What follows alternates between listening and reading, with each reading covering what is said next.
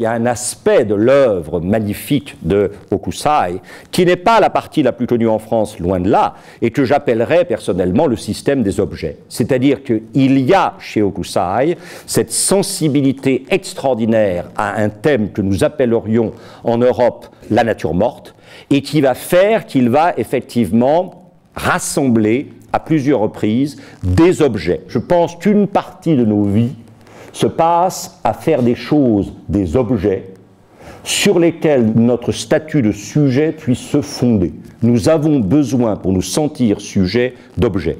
Or, pour que ces objets soient des objets, il faut qu'au départ, ce soient des choses que nous nous approprions, que nous intégrons dans notre intimité et qui perdent leur statut de choses pour devenir des objets sur lesquels notre statut de sujet prend appui.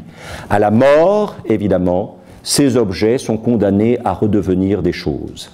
Je ne sais pas si vous avez lu le très beau livre que Paul Auster a écrit sur la mort de son père, où, après la mort de son père, il entre dans l'appartement de son père et il fait ce que nous avons tous fait un jour ou l'autre, ou que nous ferons tous un jour ou l'autre. C'est-à-dire que nous nous retrouvons d'un seul coup avec des objets qui sont redevenus des choses, c'est-à-dire avec des objets qui faisaient sens par le corps qui les portait, par le corps qui les touchait, et qui sont tout d'un coup désespérément vidés de leur sens et de leur signification. Et là, Auster a quelques pages absolument époustouflantes sur cette redégradation de l'objet en chose. Et vous voyez, je pense qu'ici, ce qui est très beau chez Hokusai, c'est cette manière qu'il a à la fois de choisir des objets extrêmement simples et de laisser entendre que ces objets extrêmement simples sont restés comme substituts à la présence de, en l'absence de. Vous voyez ce que je veux dire? C'est des objets qui restent comme substituts à la présence, en l'absence de. Et inévitablement, il y a ce que Roland Barthes aurait appelé probablement un pathétique discret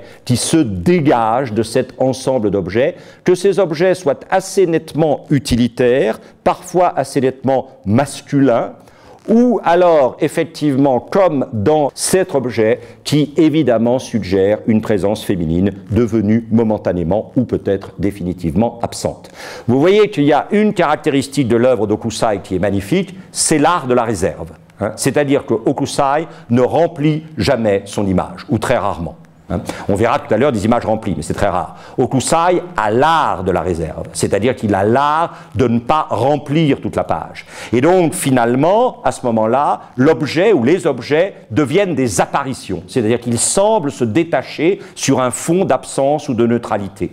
Et ça, c'est quand même très étonnant. Plus, évidemment, cette idée que Hokusai confronte continuellement un certain type de présence imagée, l'objet, à un autre type de présence imagée, évidemment, l'écriture japonaise. Et vous sentez qu'il y a une tension évidente entre deux systèmes de signes, un système de signes dans lequel le signifiant l'emporte sur le signifié, un système de signes dans lequel le signifié l'emporte sur le signifiant, mais c'est comme si, d'une certaine manière, Hokusai vous disait, au fond, nous hésitons toujours entre la parole et la chose. Nous sommes des êtres et de parole et de chose, et ce qui constitue l'humain, finalement, c'est cette dialectique de la parole et de la chose.